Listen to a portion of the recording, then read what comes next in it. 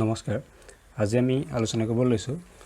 নৱম শ্ৰেণীৰ সাধাৰণ বিজ্ঞানৰ প্ৰথমটো পাঠ আমাৰ চাৰিওকাষৰ বস্তুবোৰ মেটাৰ ইন আৱাৰ সাৰাউণ্ডিংছ এই পাঠটোৰ ওপৰত প্ৰথমতে আমি আমাৰ চাৰিওকাষে থকা বস্তুবোৰ যদি চাওঁ আমি কি দেখো আমাৰ চাৰিওকাষে আমি এবাৰ যদি চাই দিওঁ আমি বিভিন্ন আকাৰ বা কি বিভিন্ন গঠনৰ বেলেগ বেলেগ বহুতো বস্তু কি কৰো দেখা পাওঁ আমি কি কৈছো যে আমাৰ চাৰিওকাষে বিভিন্ন আকাৰ আৰু বিভিন্ন গঠনৰ অসংখ্য বস্তু দেখা পাওঁ বিশ্বব্ৰহ্মাণ্ডৰ প্ৰতিটো বস্তুই কিছুমান পদাৰ্থৰে গঠিত আৰু আমি যে দেখা পাওঁ আমাৰ চাৰিওফালে যিবোৰ বস্তু দেখা পাওঁ এই প্ৰতিটো বস্তুই কি হয় কিছুমান পদাৰ্থৰে গঠিত হয় এতিয়া আমি কৈছো যে প্ৰত্যেকটো বস্তু এতিয়া আমি কাখত যদি চাওঁ কিবা বস্তু এটা ধৰা টেবুলখন বা মোৰ হাতত আছে মোবাইলটো বা কিবা চক মাটিডাল এনেকৈ এই প্ৰত্যেকটো বস্তু যদি চাওঁ প্ৰত্যেকটো বস্তু আমি কিহে গঠিত বুলি কৈছে পদাৰ্থৰে গঠিত এই পদাৰ্থসমূহৰ নিজা ভৰ আৰু কি থাকে আয়তন আছে আমাক যদি কয় পদাৰ্থসমূহ কি হয় পদাৰ্থসমূহ কাক কয় আমি কম যিবোৰ বস্তুৰ নিজা ভৰ আৰু আয়তন আছে সেইবোৰক আমি কি বুলি ক'ব পাৰোঁ পদাৰ্থ বুলি ক'ব পাৰোঁ মানে পদাৰ্থবোৰৰ নিজা এটা ভৰ আৰু এটা নিজা কি আছে আয়তন আছে বোলে আমি চকডাল লৈছো চকডালটো আমি যদি জুখি চাওঁ বোলে 2 গ্ৰাম বোলে 3 গ্ৰাম তেনেকৈ এটা কি আছে নিজা ভৰ এটা আছে আৰু আয়তন তেনেকৈ বস্তু এটা কি থাকে আয়তন থাকে কিবা বস্তু এটা বোলে আমি যদি পানীৰ ক্ষেত্ৰত যদি চাওঁ পানীৰ বটল এটা ক্ষেত্ৰত বোলে এইটো বোলে 1 লিটাৰ ধৰে বোলে এইটো বোলে 2 লিটাৰ ধৰে সেইবোৰ হৈছে কি পানীৰ আয়তন আমি তেনেকৈ গোটা বস্তুৰ ক্ষেত্ৰতো আমি কি পাওঁ ভৰ আৰু আয়তন পাওঁ প্ৰত্যেকটো বস্তুৰ ক্ষেত্ৰতে পাওঁ তাৰপিছত আমি যদি এতিয়া পদাৰ্থসমূহ চাওঁ পদাৰ্থ এতিয়া আমি যে কৈছিলোঁ পদাৰ্থৰে গঠিত বুলি আগতে কি হৈছিলে যেতিয়া ভাৰতৰ প্ৰাচীন দাৰ্শনিকসকলে বস্তুবোৰ চাইছিলে যে পদাৰ্থবোৰ কিহেৰে গঠিত তেতিয়া তেওঁলোকে এটা কণিকা পঞ্চতত্ত্ব আগবঢ়াইছিলে মৌলিক কণিকা পঞ্চতত্ত্ব বুলি কয় যে আমি পৃথিৱীত যিবোৰ বস্তু দেখা পাওঁ আমাৰ চাৰিওকাষে যিবোৰ বস্তু দেখা পাওঁ প্ৰত্যেকটো বস্তু বায়ু পৃথিৱী জুই আকাশ আৰু পানী এইবোৰৰ দ্বাৰা কি হয় বুলি কৈছিলে গঠিত হয় বুলি কৈছিলে এইবোৰৰ কণাৰ দ্বাৰা আমাৰ কি হয় গঠিত হয় সেইকাৰণে এই পাঁচটা আছে কাৰণে এইকেইটা কি মৌলিক কণিকা পঞ্চতত্ত্ব বুলি ধৰা হৈছিলে আৰু এতিয়া আমি চাম পদাৰ্থৰ কি গুণ আছে পদাৰ্থৰ আমি যিসমূহ দেখা পাওঁ পদাৰ্থৰ কিছুমান ভৌতিক গুণ আছে সেই পদাৰ্থৰ ভৌতিক গুণসমূহ কি এতিয়া পদাৰ্থবোৰ প্ৰথম ধৰ্মত হৈছে যে পদাৰ্থবোৰ কণিকাৰে গঠিত পদাৰ্থবোৰ কিহেৰে গঠিত কণিকাৰে গঠিত আমি এটা উদাহৰণৰ সহায়ত যদি চাওঁ যে নিমখ পানীত দ্ৰৱীভূত কৰিলে ইয়াৰ কণিকাবোৰ পানীৰ কণিকাবিলাকৰ মাজৰ খালী স্থানত সোমাই পৰে আমি কি কৈছোঁ যে এগিলাছ যদি পানী লওঁ এনেকৈ পানী গিলাছত যদি এচামুচ কি দি দিওঁ নিমখ দি দিওঁ তেতিয়া আমি কি দেখিম যে অলপ সময়ৰ পিছত যদি আমি ভালকৈ যদি ঘুটি দিওঁ তেতিয়া আমি দেখিম কি যে নিমখখিনি ক'ত সোমাই পৰিছে পানীখিনিৰ মাজত মিহলি হৈ গৈছে আমি বাচিব মানে তাৰ পৰা যদি পৃথক কৰিবলৈ চাওঁ পৃথক সহজে কৰিব নোৱাৰোঁ দুইখিনি মিহলি হৈ গুচি যায় তাৰমানে আমি কি বুজোঁ যদি দুইটা অবিচ্ছিন্ন হ'লহেঁতেন পানীখিনি যদি মাজত একো ঠাই নাথাকিলেহেঁতেন বা সেইটো যদি এটা গোটা বস্তু এটা হ'লহেঁতেন তাৰ মাজত এইখিনি সোমালহেঁতেন জানো মানে নিমখখিনি নোসোমালেহেঁতেন মানে কি ইটোৰ মাজত যে সিটো সোমাই পৰিলে তাৰ মানে কি সিহঁতি সৰু সৰু কণিকাৰে গঠিত হ'ব লাগিব গতিকে আমি সেইকাৰণে কোৱা হয় যে নিমখ পদাৰ্থবোৰ আমি তাৰ পৰা গম পাওঁ যে পদাৰ্থবোৰ কিহেৰে গঠিত কিছুমান কণিকাৰে গঠিত তাৰপিছত 2 নম্বৰ আছে পদাৰ্থৰ কণিকাবোৰ কল্পনাতীতভাৱে ক্ষুদ্ৰ মানে কি হৈছে যে পদাৰ্থৰ আমি যিসমূহ কণা থাকে পদাৰ্থৰ যিসমূহ কণিকা থাকে সেই পদাৰ্থৰ কণিকাবোৰ বহুতো ক্ষুদ্ৰ আমি যিসমূহ খালী চকুৰে দেখা নাপাওঁ সেইটো আমি এটা উদাহৰণৰ সহায়ত যদি চাওঁ ইয়াত এটা উদাহৰণ লৈছোঁ পটাছিয়াম পাৰমাংগানেটৰ 2টা বা 3টা স্ফটিক লৈ 100 মিলিলিটাৰ পানীত দ্ৰৱীভূত কৰি ইয়াৰ পৰা 10 মিলিলিটাৰ দ্ৰৱণ লৈ 90 ml পানীত মিহলাই লোৱা হ'ল এইটো কি কৈছে আমি এটা পানী লৈছোঁ পানীটো কিমান লৈছোঁ 100 ml লৈছোঁ তাত প্ৰথমতে পটাছিয়াম পাৰমাংগানেটৰ 2টা টুকুৰা স্ফটিক 2টা দি দিয়া হ'ল 100 ml পানীত তাৰপিছত কি কৈছে ইয়াৰ পৰা প্ৰায় 10 ml লৈ পেলাই আমি আন এটা 90 ml থকা পানী এটাত ইয়াৰ পৰা কি কৈছোঁ আন এটা পাত্ৰ ল'লোঁ তাত কিমান ল'লোঁ প্ৰথমতে কি কৈছোঁ প্ৰথম 100 ml এটা পানী ল'লোঁ তাত আমি 2টা 3টা স্ফটিক দিলোঁ এইটোত তাৰ পৰা পিছত আৰু এটা পাত্ৰ ল'লোঁ তাত 90 ml পানী ল'লোঁ আৰু এই প্ৰথম যিটো পাত্ৰ আছিলে তাৰ পৰা সেই পাৰমাংগানেট দিয়াৰ পিছত তাৰ পৰা 10 ml আমি লৈ পেলাই ক'ত দিলোঁ এই দ্বিতীয় পাত্ৰটোত দি দিলোঁ তেতিয়া আমি কি দেখিম যে ইয়াৰ পৰা এই ৰংখিনি গৈ পেলাই কিছু পৰিমাণে তাতো কি কৰি তুলিব সেই পানীখিনিটো ৰঙীন কৰি তুলিব আমি দিছিলোঁ 2টা স্ফটিক তাৰপৰা গৈ পেলাই কি হ'ল ইয়াতো কি কৰিলে ৰঙীন কৰিলে আৰু এনেকৈ কি পুনৰ 4-5 বাৰ এনেদৰে 10 ml দ্ৰৱণ লৈ 90 ml পানীত মিহলাই গৈ থাকিলে দেখা যাব যে প্ৰতিবাৰ মিহলোৱাৰ পিছত পাত্ৰবোৰত ৰং ক্ৰমান্বয়ে পাতল হৈ যায় যদিও ৰং নাইকিয়া হৈ নাযায় মানে কি কৈছে যে এনেকৈ যদি আমি 4-5 বাৰ কৰি যাওঁ যেনেকৈ এইটোলে আমি প্ৰথম 100 ml টোৰ পৰা কি কৈছিলোঁ ইয়ালৈ 10 ml লৈছিলোঁ আকৌ তেনেকৈ নতুনকৈ আকৌ 90 ml এটা পানী বটল পানী ল'লোঁ বিকাৰত 90 ml পানী ল'লোঁ আকৌ সেই আগৰ পাত্ৰটোৰ পৰা আমি কি কৰিলোঁ 10 ml পাৰমাংগানেট থকা দ্ৰৱণ ইয়ালৈ দি দিলোঁ তেনেকৈ যদি এনেকৈ যদি আমি 4-5 বাৰ কৰি গৈ থাকোঁ তাৰপিছতে কি দেখিম যে আমি ইয়াত দিছিলোঁ 2-3টা স্ফটিকহে গতিকে ৰংটো 2টা বা 3টা পাতলহে যাব লাগিছিলে কিন্তু কি হয় আমি যিমানেই দি গৈ থাকোঁ সিমানেই কি হ'ব ৰংটো পাতল হৈ গৈ থাকিব পাৰে কিন্তু ৰংটো নোহোৱা হৈ নাযায় ৰংটো অলপ হ'লেও কি হ'ব প্ৰতিটো পাত্ৰলৈকে গৈ থাকিব তাৰ পৰা কি বুজো যে ইয়াৰ পৰা এইটোলৈ গ'ল ইয়াৰ পৰা এইটোলৈ গ'ল ইয়াৰ পৰা এইটোলৈ গ'ল আমি যদি তেনেকৈ দি গৈ থাকোঁ স্ফটিকটো দিছিলোঁ 2টা গতিকে হ'ব লাগিছিলে 2টালৈ যাব লাগিছিলে 2টা স্ফটিক যেনিবা 2টাত গৈ পেলাই ৰঙীন কৰিলে বাকীকেইটাত কেনেকৈ হ'ল তাৰ পৰা আমি কি বুজো যে এই যিকেইটা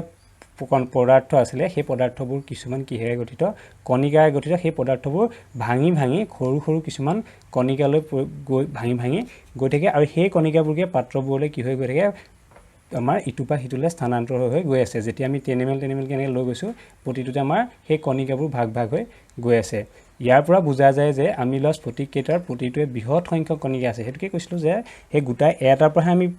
তেনেকৈ এটাৰ পৰা বেলেগলৈ পাত্ৰলৈ দি গৈ থাকোঁতে পাই গৈ আছোঁ মানে কি পদাৰ্থবোৰৰ পৰা কণিকাবোৰ ওলাই গৈ আছে গতিকে আমি ক'ব পাৰোঁ যে এটা পদাৰ্থ বহু সংখ্যক কিহেৰে গঠিত হ'ব পাৰে কণিকাৰে গঠিত হ'ব যিবোৰ ক্ষুদ্ৰাতি ক্ষুদ্ৰ কণিকালৈ ভাঙি গৈ থাকে আমি ভাঙি গৈ থাকে কাৰণে ইটো পাত্ৰৰ পৰা সিটো পাত্ৰলৈ নিওঁতে সেই কণিকাবোৰত যোৱা ৰংবোৰকে আমি ডাঠকৈ নাপাওঁ পাতলকৈ গৈ থাকোঁ কাৰণ প্ৰথম যেতিয়া আমি স্ফটিক এটা দিছিলোঁ তেতিয়া ৰংটো ডাঠ হ'ব আৰু যেতিয়া লাহে আমি ইটোৰ পৰা সিটোলৈ নিম তেতিয়া কণিকাবোৰ গৈ থাকিব মানে ৰংটো পাতল হৈ গৈ থাকিব গতিকে আমি তাৰ পৰা কি বুজিলোঁ পদাৰ্থৰ দুটা ভৌতিক গুণ পালোঁ যে এটা হৈছে পদাৰ্থবোৰ কণিকাৰে গঠিত 2 নম্বৰ হৈছে কণিকাবোৰ কল্পনাতীতভাৱে ক্ষুদ্ৰ মানে আমি যিসমূহ কল্পনা কৰিব নোৱাৰোঁ ইমান ক্ষুদ্ৰ বুলি তাৰপিছত এতিয়া পদাৰ্থবোৰৰ কিছুমান বৈশিষ্ট্য আছে এই পদাৰ্থবোৰৰ বৈশিষ্ট্যসমূহনো কি পদাৰ্থৰ বৈশিষ্ট্য আমি প্ৰধানকৈ 3টা পঢ়িম যে পদাৰ্থৰ কণিকাবোৰৰ মাজত ব্যৱধান আছে পদাৰ্থৰ কণিকাবোৰ অনবৰতে গতি কৰি থাকে পদাৰ্থৰ কণিকাবোৰৰ মাজত আকৰ্ষণ আছে প্ৰথমটো কি আছে যে পদাৰ্থৰ যিসমূহ কণিকা আমি গম পালোঁ যে পদাৰ্থসমূহ কিহেৰে গঠিত কিছুমান সৰু কণিকাৰে গঠিত সেই কণিকাবোৰৰ মাজত কিছুমান ব্যৱধান মানে খালী ঠাই থাকে তাৰপিছত পদাৰ্থৰ কণিকাবোৰ অনবৰতে কি কৰি থাকে গতি কৰি থাকে মানে পদাৰ্থসমূহ যিসমূহ কণিকা থাকে সেই কণিকাবোৰে কি কৰি থাকে বুলি কৈছে গতি কৰি থাকে একে ঠাইতে ৰৈ নাথাকে আৰু এটা কৈছে পদাৰ্থৰ কণিকাবোৰৰ মাজত আকৰ্ষণ আছে মানে তাত যিসমূহ কণিকা আছে ইটোৱে সিটো কণিকাক কি কৰি থাকে এটা বলৰ দ্বাৰা আকৰ্ষণ কৰি থাকে ইটোৱে সিটোৰ ফালে টানি থাকে তেনেকৈ কৈছে আমি এতিয়া প্ৰতিটোনো কেনেকৈ হয় আমি চাম প্ৰথম আছে যে পদাৰ্থৰ কণিকাবোৰৰ মাজত ব্যৱধান আছে আমি সেইটো পঢ়িম চাহ কফি নেমু চৰ্বত তৈয়াৰ কৰোঁতে নিমখ বা চেনি পানীত দ্ৰৱীভূত কৰিলে আমি দেখা পাওঁ যে ইহঁতৰ এবিধ পদাৰ্থৰ কণিকাবোৰ আনবিধৰ কণিকাবোৰৰ মাজৰ স্থানত সোমাই পৰে আমি কি কৈছোঁ চাহ কফি নেমু চৰ্বত এইবোৰ বনাওঁতে আমি দেখোঁ যে নিমখ বা চেনি যেতিয়া পানীত দি দিওঁ তেতিয়া সেইখিনি কি হৈ যায় তাৰ মাজত মিলি যায় আমি কি কৈছোঁ যেতিয়া আমি পানী গিলাচত এইটো মই ধৰিলোঁ ইয়াত পানী ল'লোঁ অলপ পানী আছে তাত পানী কণিকা সোমাই আছে আৰু তাত যেতিয়া চেনি দি দিম তাৰ লগত কোন মিহলি যাব চেনি কণিকাখিনি মিহলি যাব এই যে আমি অলপ দেৰি পিছত যে আমি চেনি আৰু পানীখিনি যে মিহলি হৈ যায় তাৰমানে কি বুজোঁ যে ইয়াৰ পানী কণিকাখিনিৰ মাজত চেনিৰ কণিকাসমূহ কি হৈ পৰিলে সোমাই পৰিলে আমি যেতিয়া পানী গিলাচত যেতিয়া চেনি অকণমান দি দিওঁ তেতিয়া গোটেই পানী গিলাচ মিঠা হৈ পৰে যদি তাৰ মাজত ব্যৱধান নাথাকিলেহেঁতেন চেনি কণিকাবোৰ নোসোমালেহেঁতেন ঠায়ে চেনি হ'লহেঁতেন ঠায়ে নহ'লহেঁতেন তাৰ পৰা আমি কি বুজোঁ যে ইয়াৰ পানীৰ কণিকাবোৰৰ মাজত কিছুমান কি আছে ব্যৱধান মানে খালী ঠাই আছে যিবোৰৰ মাজত চেনিৰ কণিকাবোৰ এইদৰে ইটোৰ মাজত সিটো এনেদৰে সোমাই পৰে গতিকে আমি তাৰ পৰা গম পালোঁ পদাৰ্থৰ কণিকাবোৰৰ মাজত কি আছে ব্যৱধান আছে এটা উদাহৰণ যেনেকৈ পানীত চেনি দিলে কি হৈ যায় পানীৰ কণিকাসমূহৰ ভিতৰত চেনিৰ কণিকাসমূহ মিহলি হৈ যায় বাবে আমি সেইসমূহ কি মিহলি হৈ যায় দেখোঁ মানে অদ্ৰৱণীয় অৱস্থাত নাথাকে এটা উদাহৰণ হৈ গ'ল এইটো তাৰপিছত 2 নম্বৰটো আছে কি পদাৰ্থৰ কণিকাবোৰ অনবৰতে গতি কৰি থাকে আমি পাইছিলোঁ যে পদাৰ্থবোৰ কণিকাৰে গঠিত এই কণিকাবোৰ কি হৈ থাকে বুলি কৈছে অনবৰতে গতি কৰি থাকে আমি তাৰ কাৰণে এটা উদাহৰণ ল'ব পাৰোঁ এটা কাঁচৰ গিলাচ বা বিকাৰ পানীৰে পূৰ কৰি তাত এটোপাল নীলা বা ৰঙা ৰঙৰ চিয়াঁহী ঢালি বিকাৰটো লৰচৰ নকৰাকৈ কিছু সময় থৈ দিলে দেখা যাব যে চিয়াঁহীৰ টোপালটো পানীখিনিত সম্পূৰ্ণকৈ বিয়পি পৰিবলৈ ধৰিছে মানে কি কৈছে যে এটা যদি আমি বিকাৰ এনেকৈ যে এটা বিকাৰ এটা লওঁ আৰু এনেকৈ যে আমি যদি কলমটোৱে যদি কি চিয়াঁহী এটোপ দুটোপকৈ যদি ইয়াত দি দিওঁ তেতিয়া আমি সেই বিকাৰটো লৰাই দিব নালাগে লৰাই দিলেতো এনেও ইটোৰ মাজত সেইখিনি কি হৈ যাব মিহলি হৈ যাব এনেও কিন্তু আমি যদি এনেকৈ থৈ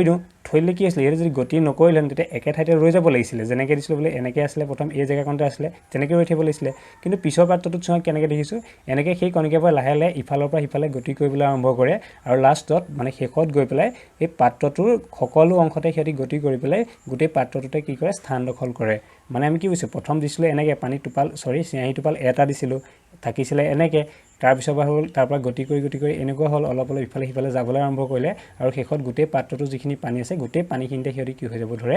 মিহলি হৈ যাবলৈ ধৰে বা বিয়পি যাবলৈ ধৰে ইয়াৰ পৰা বুজা যায় যে পদাৰ্থৰ কণিকাবোৰ অনবৰতে কি হৈ থাকে গতি কৰি থাকে আমি ইয়াৰ পৰা কি বুজিছোঁ যে পদাৰ্থবোৰ কণিকাবোৰ যদি গতি নকৰিলে সেইটো একেঠাইতে ৰৈ থাকিলেহেঁতেন যেনেকৈ দিছিলোঁ আমি তেনেকৈ এনেকৈ থাকিলেহেঁতেন এনেকৈ যে মিহলি হৈ গ'ল মানে তাৰ মানে কি বুজোঁ আমিতো লৰচৰ কৰা আমি সেইকাৰণে কৈছোঁ লৰচৰ নকৰাকৈ থৈ দিলে সেইকাৰণে আমি বুজি পালোঁ যে ইয়াত পদাৰ্থৰ কণিকাবোৰৰ কি থাকে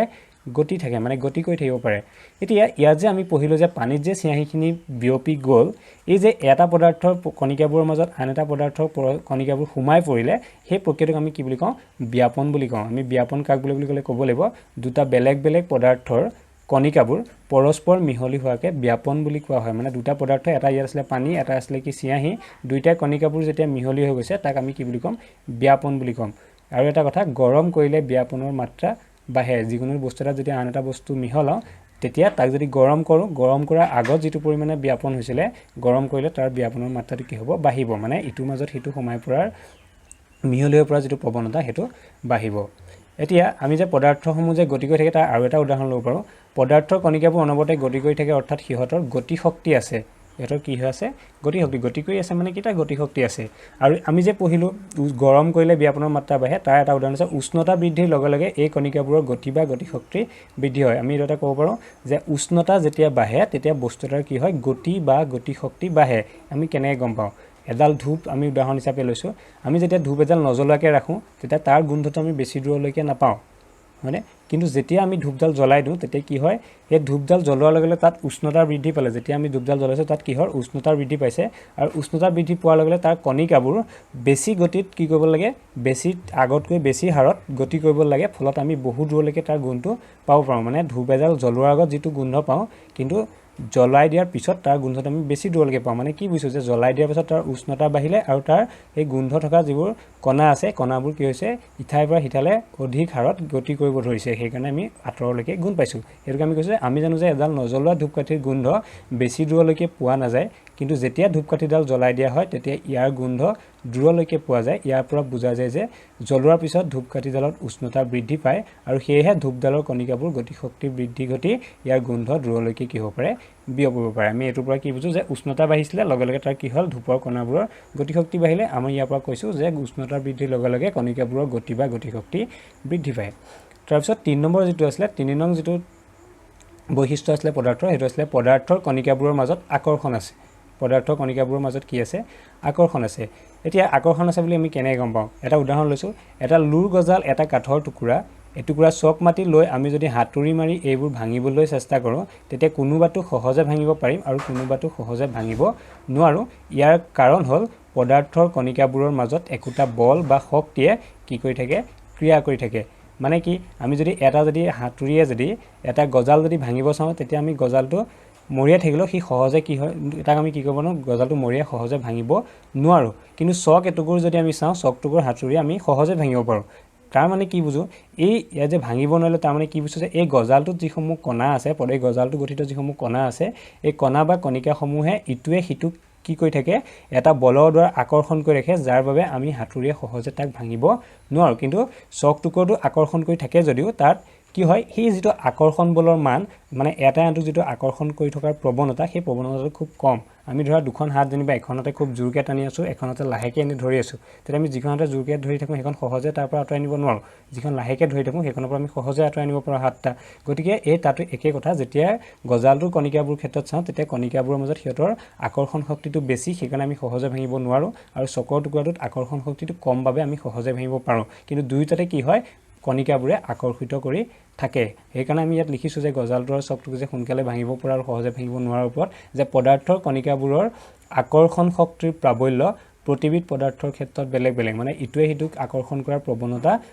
আমাৰ কি হয় পদাৰ্থভেদে বেলেগ বেলেগ হয় যেনেকৈ আমি পাইছোঁ গজালটোতো বেলেগ চকটুকুৰটো বেলেগ তেনেকৈ আৰু এটা উদাহৰণ ল'ব পাৰোঁ আমি ইয়াত যে পদাৰ্থৰ কণিকাবোৰৰ মাজত যে আকৰ্ষণ থাকে আমি এটা পানীৰ টেপত এইটো এটা মই পানীৰ টেপ দেখাইছোঁ পানীৰ টেপটো যিখিনি পানী পৰিছে তাত যদি মই এনেকৈ আঙুলি এটা দিব চাওঁ তেতিয়া পানীৰ সোঁতটো আমি ৰখাব নোৱাৰোঁ এনেকৈ যে আঙুলিটো দিয়া হয় তেতিয়া পানীখিনি কি হৈছিলে এইফালে এনেকৈ চিটিকি যাব লাগিছিলে কিন্তু তেনেকৈ নাযায় কি হ'ল আঙুলিটো ফাকে আকৌ এনেকৈ যাবলৈ আৰম্ভ কৰে মানে কি বুজো এই পানীৰ যিখিনি কণিকা তাৰ এটাই আনটো কি কৰি আছে আকৰ্ষণ কৰি আছে তাৰ কাৰণে আমি তাক কি কৰিব নোৱাৰোঁ পানীৰ সোঁতটো ভাঙিব নোৱাৰোঁ হেতুকে লিখিছোঁ যে পানীৰ টেপ এটা খুলি পানীৰ সোঁতটো হাতৰ আঙুলিৰে ভাঙিবলৈ চেষ্টা কৰিলেও সোঁতটো ভাঙিব পৰা নাযায় ইয়াৰ কাৰণ হ'ল পানীৰ কণিকাবোৰৰ মাজত ক্ৰিয়া কৰি থকা আকৰ্ষণ বলৰ বাবে কণিকাবোৰে একেলগে কি হৈ থাকে গোট খাই থাকে মানে ইয়াত সহজে সোঁতটো ভাঙিব নোৱাৰাৰ কাৰণ সেইটো যে পানীৰ কণিকাবোৰে কি হৈ থাকে এটাই আনটো কণিকাক আকৰ্ষণ কৰি থাকে সেইবাবে আমি ইয়াত আঙুলিটো দিলেও এই পানীখিনি কি হয় আমি সোঁতটো ভাঙি দিব নোৱাৰোঁ ইয়াৰ ইটোৱে সিটোক টান এটা আকৰ্ষণ বলেৰে টানি থাকে তাৰপিছত এতিয়া আমি ইয়াত পঢ়িলোঁ কি পদাৰ্থৰ ধৰ্ম পঢ়িলোঁ পদাৰ্থৰ ভৌতিক ধৰ্ম আৰু পদাৰ্থৰ বৈশিষ্ট্য পঢ়িলোঁ এতিয়া আমি পঢ়িম পদাৰ্থৰ অৱস্থা আমি জানো যে আমি আমাৰ চাৰিওফালে যিবোৰ বস্তু দেখোঁ পদাৰ্থবোৰ প্ৰধানকৈ তিনিটা আমি কি ভৌতিক অৱস্থা দেখা পাওঁ এক নম্বৰ হৈছে গোটা অৱস্থা দুই হৈছে জুলীয়া অৱস্থা তিনি হৈছে গেছীয় অৱস্থা কি অৱস্থাত পাওঁ গোটা জুলীয়া আৰু গেছীয় আমি তিনিটা অৱস্থাত পাওঁ গোটা অৱস্থা যদি চাওঁ গোটা অৱস্থা আমি গোটা পদাৰ্থৰ উদাহৰণ কি ল'ব পাৰোঁ কাঠ লোহা বৰফ এইবোৰ হৈছে কি গোটা অৱস্থাৰ উদাহৰণ এই গোটা অৱস্থাবোৰৰ কিছুমান বৈশিষ্ট্য আছে গোটা পদাৰ্থবোৰ কি হয় নিৰ্দিষ্ট গঢ় বা আকৃতি স্পষ্ট পৰিসীমা আৰু স্থিৰ আয়তন আছে মানে কি হয় আমি যেতিয়া গোটা পদাৰ্থ এটা চাওঁ গোটা পদাৰ্থটো কি হয় এটা নিৰ্দিষ্ট গঢ় থাকে আমি কি বোলে মোবাইল ফোনটোকে লৈছোঁ মোবাইলটো যেতিয়া চাইছোঁ তাৰ এটা আমি আকৃতি দেখোঁ মানে সেইটো কি চাৰিচুকীয়া তাক আকৌ ভাঁজ দি পেলাই আমি বেলেগ কৰিব নোৱাৰোঁ তাৰ গড়টো তাৰপিছত তাৰ এটা নিৰ্দিষ্ট পৰিসীমা আছে মানে এইফালে বোলে দীঘে বোলে এইফালে বোলে এনেকৈ এইফালে কাঠৰ টুকুৰা চাইছোঁ এইফালে বোলে 2 চেণ্টিমিটাৰ এইফালে বোলে 5 চেণ্টিমিটাৰ তেনেকৈ তাৰ আকৌ এইফালে 2 চেণ্টিমিটাৰ এইফালে 5 চেণ্টিমিটাৰ এনেকৈ সি এটা কি নিৰ্দিষ্ট পৰিসীমাৰ ভিতৰত থাকে সি ইফালে সিফালে আকৌ এনেকৈ বোলে স্থান সলাই নাথাকে কি হৈছে বোলে এইটো বোলে কাঠটুকু বোলে এইফালে বেকা হৈ এনেকুৱা হৈছে তেনেকুৱা হৈ নাযায় বা লোহাটুকু তেনেকুৱা হৈ নাযায় তাৰ স্পষ্ট পৰিসীমাৰ ভিতৰত থাকে যেনেকৈ থাকে যেনেকৈ ৰখা হয় তেনেকৈ থাকিব আৰু ইহঁতৰ কি হয় স্থিৰ আয়তন আছে আৰু ইহঁতৰ আয়তনো কি হয় স্থিৰ হয় বেলেগ বেলেগ হৈ নাথাকে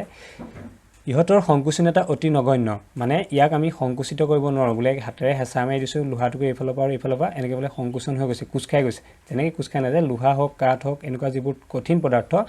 পদাৰ্থবোৰ আমি কি কৰিব নোৱাৰোঁ সহজে সংকোচন কৰিব নোৱাৰোঁ সেইকাৰণে কোৱা হৈছে সংকোচনীয়তা অতি নগণ্য মানে আমি সহজে হেঁচা দি তাক সংকুচিত কৰিব নোৱাৰোঁ তাৰপিছত কৈছে গোটা পদাৰ্থসমূহ দৃঢ় বাহ্যিক বল প্ৰয়োগ কৰিলেও ইহঁতৰ আকৃতিৰ পৰিৱৰ্তন কৰা টান মানে কি কৈছে ইহঁতৰ পদাৰ্থসমূহ কি বুলি কৈছে দৃঢ় আৰু ইহঁতক কি কৰিব নোৱাৰে আকৃতিৰ পৰিৱৰ্তন কৰিব নোৱাৰে মানে ইয়াক যিমান কোবালেও আমি যদি এতিয়া এই লোহাটুকুৰে হওক বা কি টুকুৰে হওক কাঠটুকুৰে হওক এই কাঠটুকুৰ বা লোহাটুকুৰত যদি আমি ওপৰত যদি হাতুৰি এটা যদি মৰিয়াই থাকোঁ তাক আমি সহজে কি কৰিব নোৱাৰোঁ আকৃতিৰ পৰিৱৰ্তন কৰিব নোৱাৰোঁ সি দৰকাৰ হ'লে ভাঙি যাব বা পুটুকা পৰি যাব বা এনেকৈ হৈ যাব কিন্তু তাৰ সহজে কি আমি আকৃতিটো বোলে এইটো বোলে কি হৈ আছে চাৰিচুকীয়া হৈ আছে আৰু এই কাঠ লো টুকুৰাটো তাক বোলে আমি ঘূৰণীয়া বনাইছোঁ একদম সহজে পিটি পেলাই তেনেকৈ আমি সহজে তাক কি কৰিব নোৱাৰোঁ ঘূৰণীয়া কৰি দিব নোৱাৰোঁ আকৃতিটো সলনি কৰি দিব নোৱাৰোঁ গোটা পদাৰ্থসমূহ গতিকে সেইকাৰণে কোৱা হৈছে যে গোটা পদাৰ্থসমূহ দৃঢ় বাহ্যিক বল প্ৰয়োগ কৰিলেও ইহঁতৰ আকৃতিৰ পৰিৱৰ্তন কৰা টান মানে আমি বাহিৰৰ পৰা যিমানেই বল প্ৰয়োগ কৰোঁ তাক আমি সহজে আকৃতিৰ পৰিৱৰ্তন কৰিব নোৱাৰোঁ তাৰপিছত এতিয়া আমি আৰু এটা গোটা পদাৰ্থ দেখোঁ স্পঞ্জটো এবিধ গোটা পদাৰ্থ হয় কিন্তু ইয়াক সহজে সংকুচিত কৰিব পাৰি এইটো কিয় পাৰোঁ আমি সুধিছে স্পঞ্জ আমি দেখিছোঁ চাইকেলৰ চিটত থাকে বা এনেকুৱা আমি দেখিছোঁ স্পঞ্জ আমি কি হৈছে এবিধ গোটা পদাৰ্থৰ ভিতৰত পৰে সেইটো জুলীয়া নহয় বা গেছীয় নহয় কিন্তু তাক আমি সহজে সংকুচিত কৰিব পাৰোঁ কিয় এতিয়া তাৰ উত্তৰটো লিখিব লাগিব যে স্পঞ্জৰ মাজত কিছুমান সৰু সৰু ৰন্ধ্ৰ থাকে ৰন্ধ্ৰ মানে বিন্ধা ফুটা যিবোৰ সৰু সৰু অকণি কিছুমান বিন্ধা থাকে ৰন্ধ্ৰৰ মাজত বায়ু সোমাই থাকে সেইবোৰৰ মাজত কি সোমাই থাকে বায়ু সোমাই থাকে চাপ বা হেঁচা দিলে ৰন্ধ্ৰৰ মাজৰ বায়ু ওলাই যায় আৰু সেইকাৰণে স্পঞ্জডোখৰ কি হয় সংকুচিত কৰিব পাৰি মানে কি হয় স্পঞ্জ এটুকুৰত কি থাকে সৰু সৰু কিছুমান ৰন্ধ্ৰ থাকে আৰু যেতিয়া আমি সেইটুকুৰ হেঁচা মাৰি দিওঁ তেতিয়া স্পঞ্জটুকু লৈ পেলাই হাতেৰে হেঁচা মাৰিব চাওঁ তেতিয়া তাৰ সেই ৰন্ধ্ৰবোৰৰ মাজত থকা যিবোৰ বায়ু থাকে সেই বায়ুবোৰ তাৰ পৰা ওলাই যোৱা জেগাকণ কি হ'ল খালী হৈ পৰিলে তাৰ ফলত সেইখন কি হ'ব পাৰে স্পঞ্জডোখৰ সংকুচিত হ'ব পাৰে গতিকে সেইটো হৈছে তাৰ কাৰণ নেক্সট আহিলে জুলীয়া অৱস্থা আমি উদাহৰণ যদি কি পাম পানী পাম গাখীৰ পাম ভিনেগাৰ এইবোৰ আমাৰ কি হৈছে জুলীয়া বস্তুৰ উদাহৰণ এতিয়া জুলীয়া পদাৰ্থৰ কি হৈছে আমি যদি বৈশিষ্ট্য চাওঁ তেতিয়া বা ধৰ্ম চাওঁ তেতিয়া দেখিম জুলীয়া পদাৰ্থৰ নিজা আকৃতি নাই কিন্তু নিৰ্দিষ্ট আয়তন আছে সিহঁতক যি পাত্ৰতে ৰখা হয় তাৰে আকৃতি লয় এতিয়া কি হৈছে জুলীয়া পদাৰ্থৰ নিজা আকৃতি নাই বোলে জুলীয়া পদাৰ্থ দেখিবলৈ বোলে ঘূৰণীয়া বোলে চাৰিচুকীয়া তেনেকুৱা তাৰ আকৃতি আছে তাৰ নিৰ্দিষ্ট আকৃতি নাথাকে তাৰ আয়তন থাকে আমি এই গিলাচটোত বোলে কিমান ধৰে বোলে 250 মিলিলিটাৰ ধৰে এইটোত বোলে কিমান ধৰে বোলে 300 মিলিলিটাৰ ধৰে তাৰ এটা কি থাকে নিৰ্দিষ্ট আয়তন থাকে আৰু ইয়াক যি পাত্ৰত থোৱা হয় ই তাৰ কি লয় আকৃতি লয় যেনেকৈ এইটোত থৈছোঁ এতিয়া ইয়াৰ পৰা আমি এই বস্তুটো যেনেকুৱা আছে এই ভিনেগাৰ এই যিটো পাত্ৰ আছে পাত্ৰটো যেনেকুৱা দেখিছোঁ এই পানীখিনিৰ আকৃতিটো আমি তেনেকুৱা দেখিছোঁ নহয় জানো এই গাখীৰ গিলাচত যদি চাওঁ গিলাচটো আকৃতিটো যেনেকৈ চাওঁ গাখীৰ গিলাচটো আমি আকৃতিটো গাখীৰখিনি কেনেকৈ দেখিছোঁ তেনেকৈ দেখিছোঁ মানে সি য'ত ৰখা হয় তাৰে কি লয় আকৃতিলৈ আৰু বৰণো কি হয় সেই পাত্ৰটোৰে বৰণ আমি যদি এই বটলটোৰ ক্ষেত্ৰত যদি চাওঁ আমি ৰঙীন বটল এটা যদি লওঁ তাত যদি পানী ভৰাই থওঁ পানীখিনি ৰংখিনি কেনেকুৱা দেখিম সেই বটলটোৰ যিটো ৰং বাহিৰৰ পৰা তেনেকুৱা নিচিনা দেখিম গতিকে আমি তাৰে বৰণ লয় এতিয়া নেক্সট আহিলে জুলীয়া পদাৰ্থ বৈ যাব পাৰে আকাৰ সলাব পাৰে সেয়েহে ইহত দৃঢ় নহয় ইহতক প্ৰবাহী বুলি কোৱা হয় আমি জানো জুলীয়া পদাৰ্থ কি হয় এঠাইৰ পৰা আনঠাইলৈ বৈ যাব পাৰে কাঠ এটুকুৰ যদি আমি কাষত থৈ দিওঁ সি ইফালৰ পৰা সিফালে গৈ নাথাকে বৈ নাযায় কিন্তু পানী এটুকুৰ যদি পানী অকণমান যদি পৰি যায় পানীখিনি পৰি গ'লে সি কি হ'ব এঠাইৰ পৰা আনঠাইলৈ বৈ যায় একেঠাইতে ৰৈ নাথাকে সেইকাৰণে কৈছে সিহঁতি বৈ যাব পাৰে সিহঁত বৈ যাব পাৰে কাৰণে সিহঁত কি নহয় দৃঢ় নহয় সিহঁতে আকাৰ চেঞ্জ কৰে আকৃতি চেঞ্জ কৰিব পাৰে আৰু সেইকাৰণে বৈ যায় কাৰণে ইহঁতক কি বুলি কোৱা হয় প্ৰবাহী বুলি কোৱা হয় প্ৰবাহী মানে কি এঠাইৰ পৰা বৈ আনঠাইলৈ বৈ যাব পৰাকৈ আমি কি বুলি কওঁ প্ৰবাহী বুলি কওঁ গতিকে আমি গম পালোঁ যে জুলীয়া পদাৰ্থৰ নিজা আকৃতি আৰু আকৃতি নাই কিন্তু আয়তন আছে আৰু জুলীয়া পদাৰ্থ এঠাইৰ পৰা আনঠাইলৈ কি হ'ব পাৰে বৈ যাব পাৰে গতিকে আমি এইটো পালোঁ নেক্সট আমি চাম গোটা জুলীয়া আৰু গেছীয় তিনিওবিধ পদাৰ্থই জুলীয়া পদাৰ্থৰ মাজলৈ ব্যাপিত হ'ব পাৰে জুলীয়া পদাৰ্থৰ ব্যাপনৰ বেগ গোটা পদাৰ্থতকৈ বেছি হয় এতিয়া কি কৈছে আমাক যে গোটা জুলীয়া আৰু গেছীয় তিনিওবিধ পদাৰ্থ যদি আমি জুলীয়া বস্তুৰ মাজত যদি ৰাখোঁ মানে পাত্ৰ তাত যদি ঢালি দিওঁ তেতিয়া গোটাই হওক গেছীয় হওক বা জুলীয়া হওক আটাইবোৰ কি হ'ব পাৰে জুলীয়া বস্তুৰ মাজত ব্যাপিত হ'ব পাৰে যেনেকৈ আমি গোটা বস্তুৰ ক্ষেত্ৰত যদি চাওঁ আমি চেনিৰ কথা কৈছিলোঁ যে চেনি যেতিয়া আমি পানীত দি দিওঁ তেতিয়া সি কি হয় তাৰ কণিকাবোৰৰ মাজত মিহলি হৈ পৰে মানে আমি তাৰ পৰা কি বুজিছোঁ যে সি ব্যাপিত হৈছে তাৰ পৰা জুলীয়া বস্তুৰ মাজত আকৌ যদি ব্যাপন হোৱা চাওঁ তেনেকৈ আমি আৰু বেলেগ বেলেগ কিছুমান পাম গাখীৰত যেনেকৈ পানী দিওঁ তেনেকৈ সেইবোৰো আমি কি হৈছে জুলীয়া পদাৰ্থৰ মাজত গাখীৰত যেতিয়া পানী দিয়া হয় সেইটো তাৰ মাজত ব্যাপিত হয় তেনেকৈ আমি পাব পাৰোঁ এতিয়া জুলীয়া পদাৰ্থৰ ব্যাপনৰ বেগ গোটা পদাৰ্থতকৈ বেছি হয় মানে কি কৈছে যে চেনি অকণমান যেতিয়া আমি পানীত দিম পানীখিনি যিমান সহজে দ্ৰৱীভূত হৈ যাব মানে মিহলি হৈ যাব তাতকৈ যদি গাখীৰ অকণমান যদি পানীখিনি মিহলাওঁ তেতিয়া তাতকৈ বেছি সহজে কি হ'ব মিহলি হৈ যাব মানে কি কৈছে সেইকাৰণে কৈছে যে জুলীয়া পদাৰ্থৰ ব্যাপনৰ বেগ গোটা পদাৰ্থতকৈ বেছি মানে নিমখতকৈ গাখীৰটো আমি সহজে ব্যাপিত হয় সেইটোৰ পৰা আমি চাই পেলাই এইটো ক'ব পাৰোঁ জুলীয়া পদাৰ্থৰ কণিকা ইয়াৰ কাৰণটো দিছে কি বুলি যে জুলীয়া পদাৰ্থৰ কণিকাবোৰ সহজে গতি কৰিব পাৰে আৰু গোটা পদাৰ্থৰ তুলনাত জুলীয়া পদাৰ্থৰ কণিকাবোৰৰ মাজত ব্যৱধান বেছি আমি এইটো পঢ়িম কোনবোৰ কণিকাৰ মাজত ব্যৱধান বেছি কোনবোৰৰ মাজত কম গতিকে আমি ইয়াৰ পৰা গম পাইছোঁ যে গোটা পদাৰ্থতকৈ জুলীয়া পদাৰ্থৰ কণিকাবোৰৰ মাজত ব্যৱধান বেছি কাৰণে সিহঁতি সহজে ইঠাইৰ পৰা আনঠাইলৈ গতি কৰিব পাৰে সেইকাৰণে সিহঁতৰ ব্যাপনৰ মাত্ৰাটো বেছি হয় নেক্সট আমি পঢ়িম গেছীয় অৱস্থা গেছীয় অৱস্থাৰ আমি উদাহৰণ কি পাওঁ কাৰ্বন ডাই অক্সাইড আমি যিটো চিলিণ্ডাৰ ফায়াৰ এক্সটিংগুইচাৰ জুই নুমুৱাৰ বাবে যিটো ব্যৱহাৰ কৰে এইটো হৈছে কাৰ্বন ডাই অক্সাইড হিলিয়াম বেলুন আমি শুনিছোঁ হিলিয়াম গেছ ভৰাই পেলাই যিবোৰ বেলুন উৰুৱা হয় সেইবোৰ কি হিলিয়াম বেলুন আমি পাইছোঁ অক্সিজেন গেছ আমি উশাহ নিশাহত কি লওঁ অক্সিজেন লওঁ আৰু মানুহৰ যেতিয়া অসুখ হয় যেতিয়া অক্সিজেন দিব লগা হয় এনেকৈ অক্সিজেন চিলিণ্ডাৰ ব্যৱহাৰ কৰা হয় ঘৰত ভাত বনাবলৈ আমি কি ব্যৱহাৰ কৰোঁ এনেধৰণৰ চিলিণ্ডাৰ ব্যৱহাৰ কৰোঁ ৰন্ধন গেছ হয়নে এইবোৰ হৈছে গেছীয় অৱস্থাৰ বা গেছীয় পদাৰ্থৰ উদাহৰণ এই গেছীয় পদাৰ্থৰ কিছুমান বৈশিষ্ট্য আছে কি আছে গেছীয় পদাৰ্থৰ নিৰ্দিষ্ট গড় বা আকৃতি নাই আৰু নিৰ্দিষ্ট আয়তন নাই এতিয়া কি কৈছে গেছীয় পদাৰ্থৰ নিৰ্দিষ্ট গড় নাই বোলে দেখিবলৈ এনেকুৱা তেনেকৈ আমি ডাইৰেক্ট কৈ দিব নোৱাৰোঁ বোলে এনেকৈ ঘূৰণীয়া বা চাৰিচুকীয়া তাৰ আকৃতি এটা নাথাকে আৰু সিহঁতৰ নিৰ্দিষ্ট আয়তনো নাথাকে আমি তাক কি কৰিব পাৰোঁ সংকুচিত কৰি কিবা পাত্ৰই ভৰাব পাৰোঁ আৰু যেতিয়া পাত্ৰ মানে কি হয় এনেকৈ পাত্ৰ এটাত যেতিয়া ভৰাওঁ তাক সংকুচিত কৰি ভৰাব পাৰি আকৌ পাত্ৰটোৰ পৰা যেতিয়া উলিয়াই দিয়া হয় সি ইয়াতকৈ ডাঙৰ ঠাইতকৈ আগুৰি ল'ব পাৰে আমাৰ যে গেছ ব্ৰাছ চলে সেইকাৰণে কি হয় চিলিণ্ডাৰটোৰ পৰা যেতিয়া ওলাই যায় গোটেই ৰুমটো বিয়পি পৰিব পাৰে তাৰ নিৰ্দিষ্ট আয়তন নাথাকে সি এটা পাত্ৰত তাক সংকুচিত কৰি ভৰাব পাৰি তাৰ পৰা আকৌ যেতিয়া খুলি দিয়া হয় তেতিয়া সি ডাঙৰ এৰিয়া এটা কি কৰি ল'ব সি মানে কভাৰ কৰি ল'ব মানে সি লৈ ল'ব এতিয়া গেছীয় পদাৰ্থবোৰ গোটা বা জুলীয়া পদাৰ্থৰ তুলনাত বহুত বেছি সংকুচিত হয় আমি কি কৈছে আমি পঢ়িছিলোঁ যে গোটা বস্তুত আমি সহজে সংকুচিত কৰিব নোৱাৰোঁ জুলীয়া পদাৰ্থটো আমি সিমান সহজে সংকুচিত কৰিব নোৱাৰোঁ কিন্তু গেছক আমি সহজে কি কৰিব পাৰোঁ সংকুচিত কৰিব পাৰোঁ সেইকাৰণে চিলিণ্ডাৰৰ ভিতৰত আমি যে ৰন্ধন গেছ যিটো ব্যৱহাৰ কৰোঁ তাৰ ভিতৰত আমাৰ কি থাকে তাত কি কৰা থাকে আমি যিবোৰ গেছসমূহ তাত সংকুচিত কৰি সোমাই থাকে সেইকাৰণে চিলিণ্ডাৰৰ ভিতৰত ইমানখিনি গেছ সোমাই থাকিব পাৰে এতিয়া ইয়াৰ আমি লিখিছোঁ সেইকাৰণে আমি ঘৰত ব্যৱহাৰ কৰা ৰন্ধন গেছৰ চিলিণ্ডাৰ আৰু চিকিৎসালয়ত ব্যৱহাৰ কৰা অক্সিজেন চিলিণ্ডাৰ ক্ৰমে তৰলীকৃত পেট্ৰলিয়াম গেছ আৰু অক্সিজেন গেছ চাপ দি সংকুচিত কৰা গেছ আমি যে ঘৰত ব্যৱহাৰ কৰোঁ ৰন্ধন গেছৰ চিলিণ্ডাৰটো তাত কি থাকে তাত তৰলীকৃত পেট্ৰলিয়াম গেছ যিটো আমি LPG বুলি কওঁ সেই LPG তাত কি কৰি থাকে চাপ দি সংকোচন কৰি পেলাই ভৰাই থোৱা থাকে আৰু আমি চিকিৎসালয়ত ব্যৱহাৰ কৰা অক্সিজেন চিলিণ্ডাৰটো অক্সিজেন গেছ তেনেকৈ কি কৰা হয় চাপ দি পেলাই সংকুচিত কৰি ভৰোৱা হয় এতিয়া আমি যদি চাওঁ আমি যে পাওঁ LPG CNG তেনেকুৱা আমি কিছুমান শুনো নাম এতিয়া LPG মানে কি লিকুইফাইড পেট্ৰলিয়াম গেছ আমি অসমীয়াত কওঁ তৰলীকৃত পেট্ৰলিয়াম গেছ আৰু CNG টো ক'ত ব্যৱহাৰ কৰে গাড়ীত মই ইয়াত ছবি এটা দেখাইছিলোঁ এইটো আমি গাড়ীত এনেকৈ ব্যৱহাৰ কৰোঁ আমি কি হয় পেট্ৰল ডিজেলৰ পৰিৱৰ্তে CNG গেছ ব্যৱহাৰ কৰি আমি গাড়ী চলাচল কৰিব পাৰোঁ এইটো হৈছে CNG এইটো আমি যে গাড়ীখনত যে দেখাইছোঁ এইফালে পিছফালে এইটো CNG গেছ হয় এতিয়া CNG গেছৰ ফুল মিনিংটো কি CNG হৈছে কম্প্ৰেছ নেচাৰেল গেছ CNG ফুল ফৰ্ম হৈছে কম্প্ৰেছ নেচাৰেল গেছ আমি অসমীয়াত কি বুলি কওঁ সংকুচিত প্ৰাকৃতিক গেছ গতিকে আমি এইসমূহ গম পালোঁ এতিয়া আমি পঢ়িম গোটা জুলীয়া আৰু গেছীয় পদাৰ্থৰ পাৰ্থক্যনো কি আমি পঢ়িলোঁ এতিয়া গোটা বস্তু পঢ়িলোঁ জুলীয়া বস্তু পঢ়িলোঁ গেছীয় বস্তু পঢ়িলোঁ এইসমূহৰ মাজত কি পাৰ্থক্য আছে আমি এতিয়া সেইটো পঢ়িম এতিয়া প্ৰথম যদি চাওঁ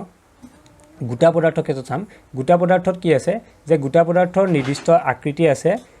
কিন্তু জুলীয়া পদাৰ্থৰ ক্ষেত্ৰত যদি চাওঁ নিৰ্দিষ্ট আকৃতি নাই আৰু গেছীয় পদাৰ্থৰ ক্ষেত্ৰত চালেও কি হ'ল নিৰ্দিষ্ট আকৃতি নাই এটা আমি কি হ'ব লাগিব আকৃতিৰ ফালৰ পৰা যে গোটা পদাৰ্থৰ নিৰ্দিষ্ট আকৃতি আছে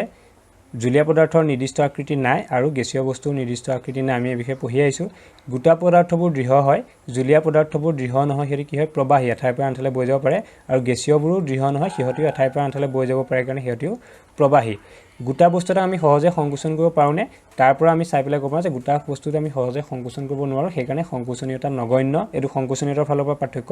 সংকোচনীয়তা নগণ্য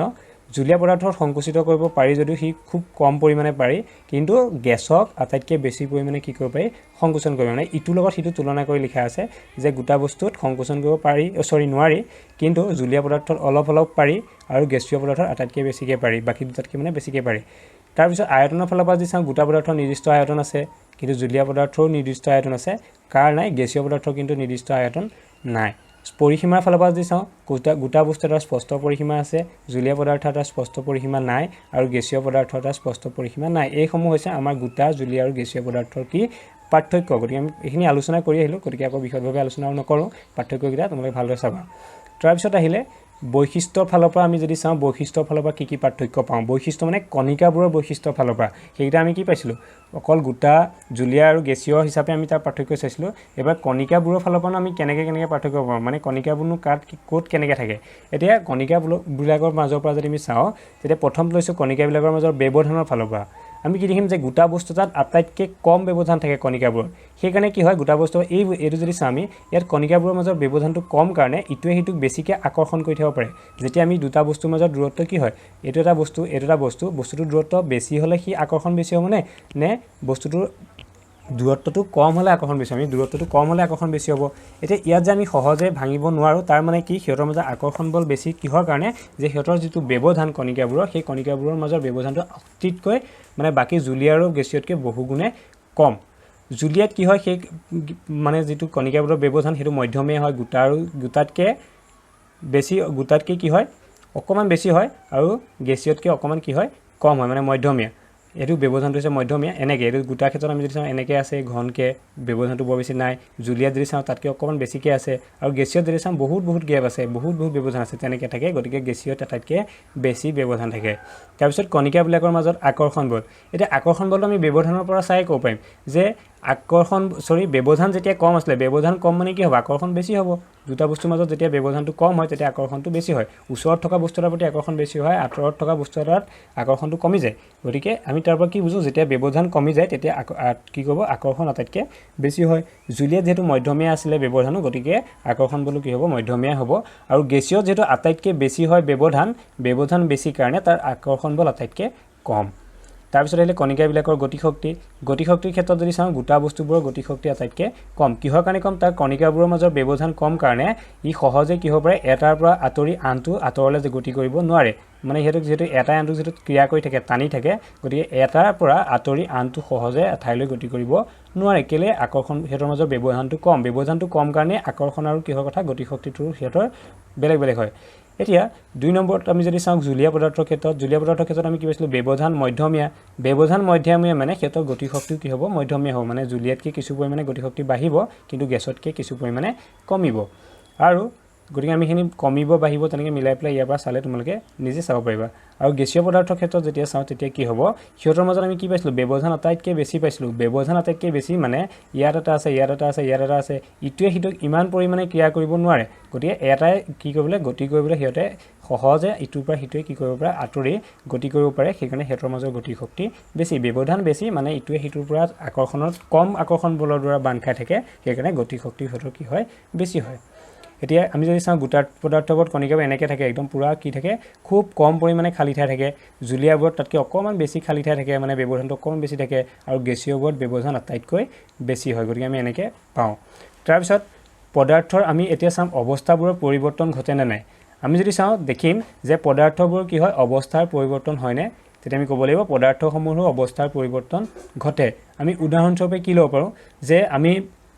পানীকে তিনিটা অৱস্থাত পাওঁ কি পাওঁ যে পানী যেতিয়া গোটা অৱস্থাত থাকে তেতিয়া আমি বৰফ আৰু যেতিয়া জুলীয়া অৱস্থাত থাকে সেইটো আমি যিটো পানী বুলি কৈছোঁ পানীয়ে হ'ব আৰু গেছীয় অৱস্থাত কোন হয় পানীক যদি গেছীয় অৱস্থাক চাওঁ তেতিয়া জলীয় ভাৱ হ'ব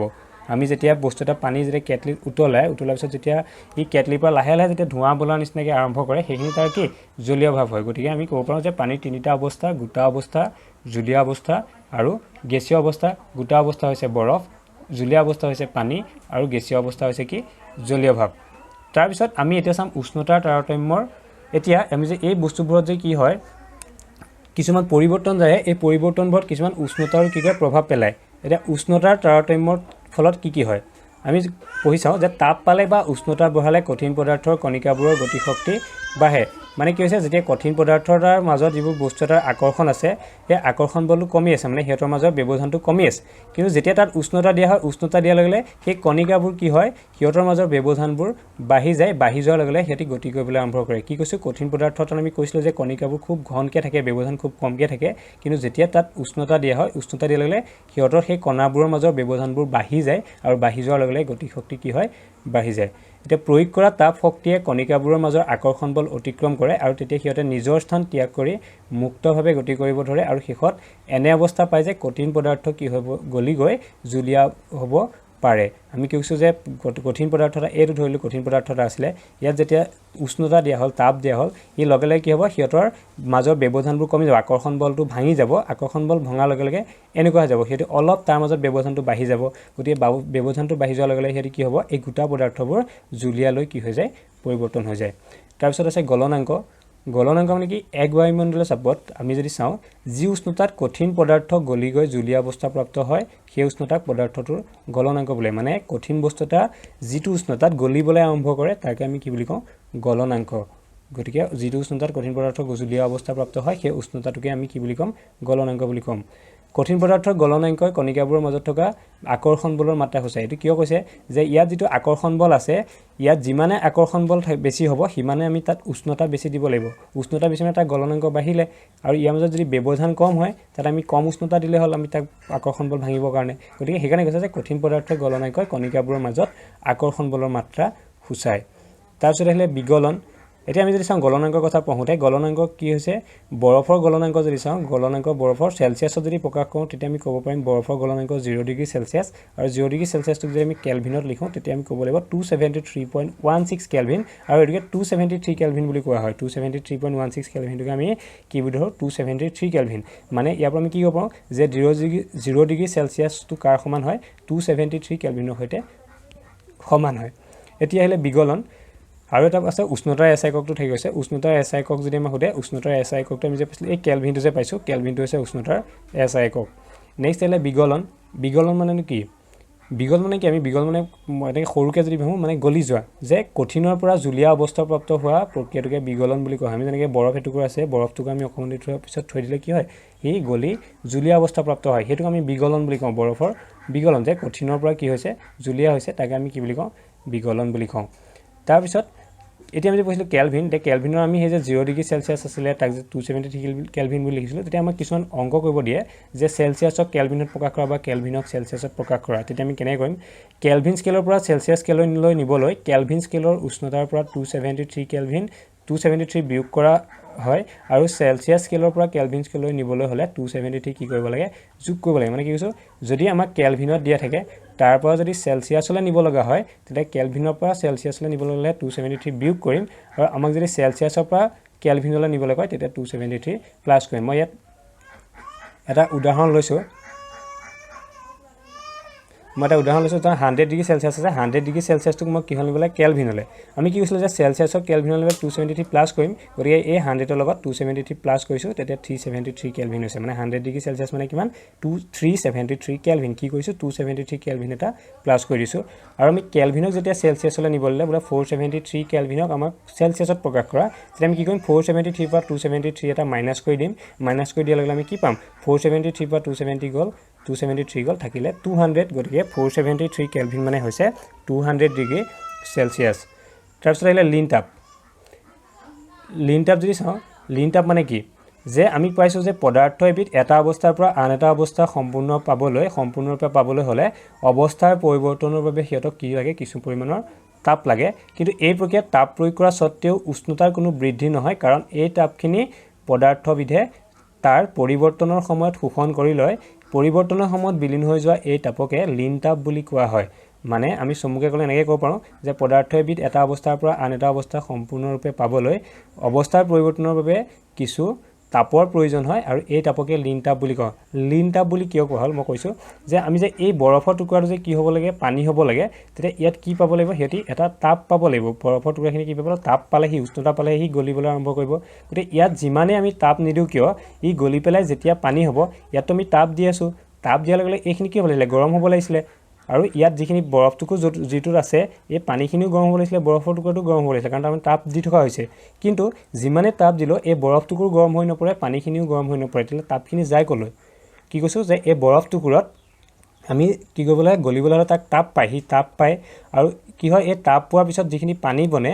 আমি সেই তাপখিনিটো কিয়লৈ যাব লাগিছিলে হয় পানীখিনিলৈ যাব লাগিছিলে নহয় বৰফৰ টুকুৰাটোত থাকিব লাগিছিলে কিন্তু আমি যদি চাওঁ সেই তাপখিনি বৰফৰ টুকুৰাটো পোৱা নাযায় এই যিখিনি পানী থাকে পানীখিনিটো পোৱা নাযায় তেতিয়া তাপখিনি যায় ক'লৈ সেই তাপখিনি কি হয় এই বৰফৰ পৰা যে পানীলৈ ৰূপান্তৰ হৈছিলে পানীলৈ যে পৰিৱৰ্তন হৈছিলে সেই সময়ছোৱাত সেই বৰফ টুকুৰে সেই তাপখিনি কি কৰে শোষণ কৰে কাৰণে সেই তাপখিনি আমি বাহিৰত বেলেগকৈ নাপাওঁ বৰফ টুকুৰা চুলে আমি তাপখিনি নাপাওঁ বা পানীখিনিৰ পৰা তাপখিনি নাপাওঁ ক'ত গ'ল সেই বৰফৰ পৰা পানী হওঁতে বৰফ টুকুৰে তাক কি কৰি ল'লে শোষণ কৰি ল'লে সেই যে শোষণ কৰি ল'লে সি হেৰাই গ'ল মানে বিলীন হৈ গ'ল সেইকাৰণে তাক আমি কি বুলি কওঁ লিন তাপ বুলি কওঁ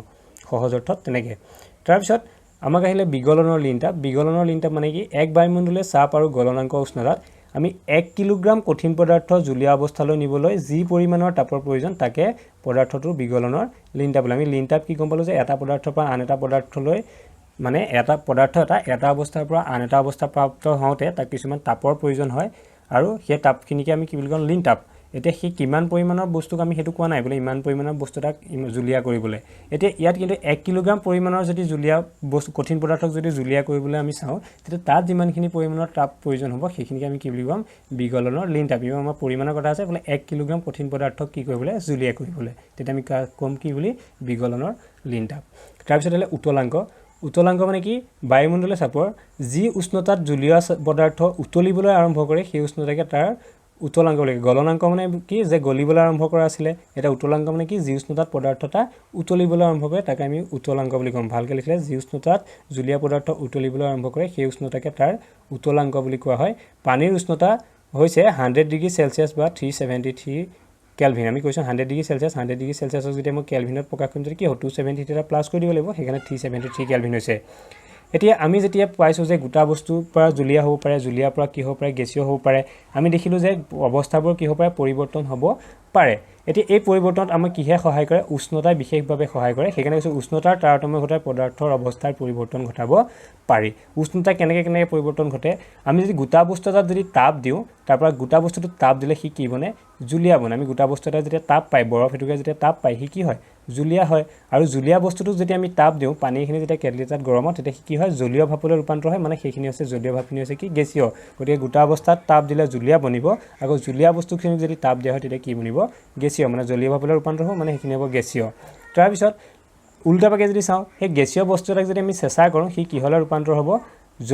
জুলীয়া অৱস্থালৈ ৰূপান্তৰ হ'ব আৰু জুলীয়া বস্তু এটাক যদি আমি চেঁচা কৰোঁ তেতিয়াহ'লে সি কি হ'লে গোটা অৱস্থালৈ ৰূপান্তৰ আমি যদি কেটলি এটা যদি ঢাকনিখন যদি চাওঁ তাত কিছুমান কি থাকে জলীয় ভাপ লাগি থাকে সেই জলীয় ভাপখিনি যদি আমি যদি কেটলি আমি যদি ঢাকনিখন চাওঁ ওপৰৰ ঢাকনিখন কিছুমান সৰুকৈ এনেকৈ খাপৰখন সৰু ফুটফুটকৈ এনেকৈ কি থাকে জলীয় ভাপ পৰি থাকে সেইখিনি যেতিয়া চেঁচা হ'বলৈ দিয়া হয় তেতিয়া সি কি হয় আকৌ পানীলৈ পৰিৱৰ্তন হয় ঠিক আছে আৰু সেই পানীখিনি আকৌ যদি আমি ফ্ৰিজত যদি চেঁচা কৰোঁ ফ্ৰিজত যদি থৈ দিওঁ ফ্ৰিজত থ'লে কি হয় বস্তু চেঁচা হৈ পেলাই আকৌ কি হ'ব বৰফ হ'ব মানে গোটা অৱস্থা হ'ল গতিকে তেনেকৈ আমি বস্তুখিনি কি হয় অৱস্থাৰ পৰিৱৰ্তন হয় এতিয়া আমি পাইছিলোঁ যে পদাৰ্থবোৰ কেনেকৈ হয় প্ৰথম গোটা থাকিলে গোটাৰ পৰা জুলীয়া বনে জুলীয়াৰ পৰা কি বনে গেছীয় নহ'লে গেছীয়ৰ পৰা প্ৰথম জুলীয়া হয় জুলীয়াৰ পৰা কি হয় গোটা হয় কিন্তু এনেকুৱা কিছুমান বস্তু আছে যিবোৰ কি হয় গেছীয়ৰ পৰা গোটা নবনি গেছীয়ৰ পৰা জুলীয়া নবনি চিধা চিধিকৈ গোটা বনে নহ'লে গোটাৰ পৰা জুলীয়া নোহোৱাকৈ চিধা চিধিকৈ কি হয় গেছীয় হয় এতিয়া আমি হেৰি কৈছোঁ যে তাপৰ প্ৰভাৱত জুলীয়া অৱস্থা প্ৰাপ্ত নোহোৱাকৈ কঠিনৰ পৰা পোনে পোনে গেছীয় অৱস্থালৈ ৰূপান্তৰ হোৱা বা গেছীয়ৰ পৰা কঠিন হোৱা প্ৰক্ৰিয়াটোক আমি কি বুলি কয় ঊৰ্ধ্বপাতন বুলি কয় আমাক যদি কয় এতিয়া